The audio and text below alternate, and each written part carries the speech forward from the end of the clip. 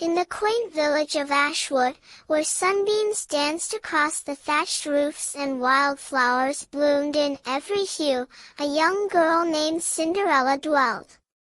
Her life was a tapestry of sorrow, woven from the threads of her mother's untimely passing and her father's hasty remarriage to a woman as cruel as the winter wind.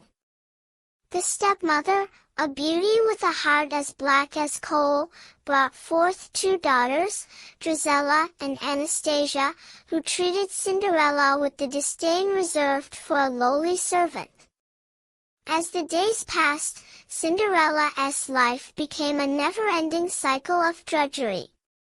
Her days were filled with the endless tasks of household chores, her nights spent sleeping on a pile of straw, her only clothing a tattered and worn dress that seemed to mock her with its very existence.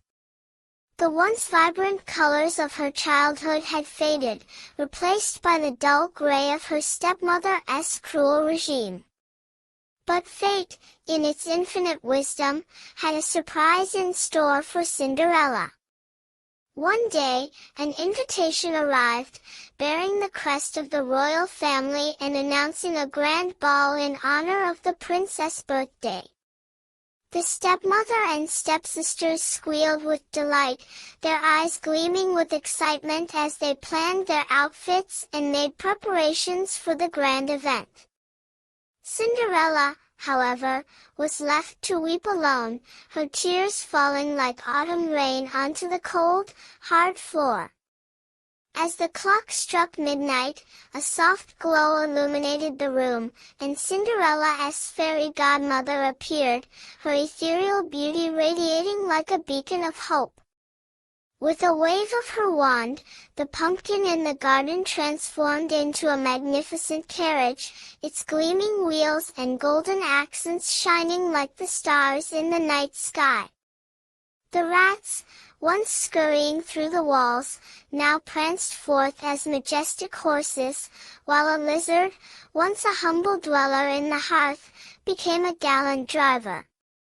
Cinderella's fairy godmother, with a twinkle in her eye, dressed her in a gown of shimmering silk, its colors dancing across her skin like the aurora borealis. And, finally, she placed upon Cinderella's feet a pair of glass slippers, their delicate beauty and intricate craftsmanship a testament to the fairy godmother's mastery of magic. As the clock struck midnight, Cinderella made her way to the ball, her heart pounding like a drum in her chest. The prince, tall and handsome, with eyes that shone like the morning sun, danced with her beneath the sparkling chandeliers, their steps in perfect harmony as they twirled across the floor.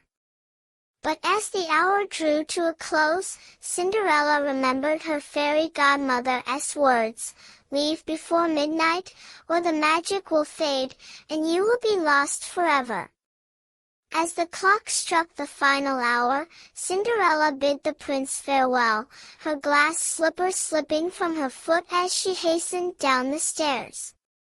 The prince, determined to find the mysterious beauty, searched far and wide, his men scouring the land from door to door until they finally arrived at Cinderella's humble abode.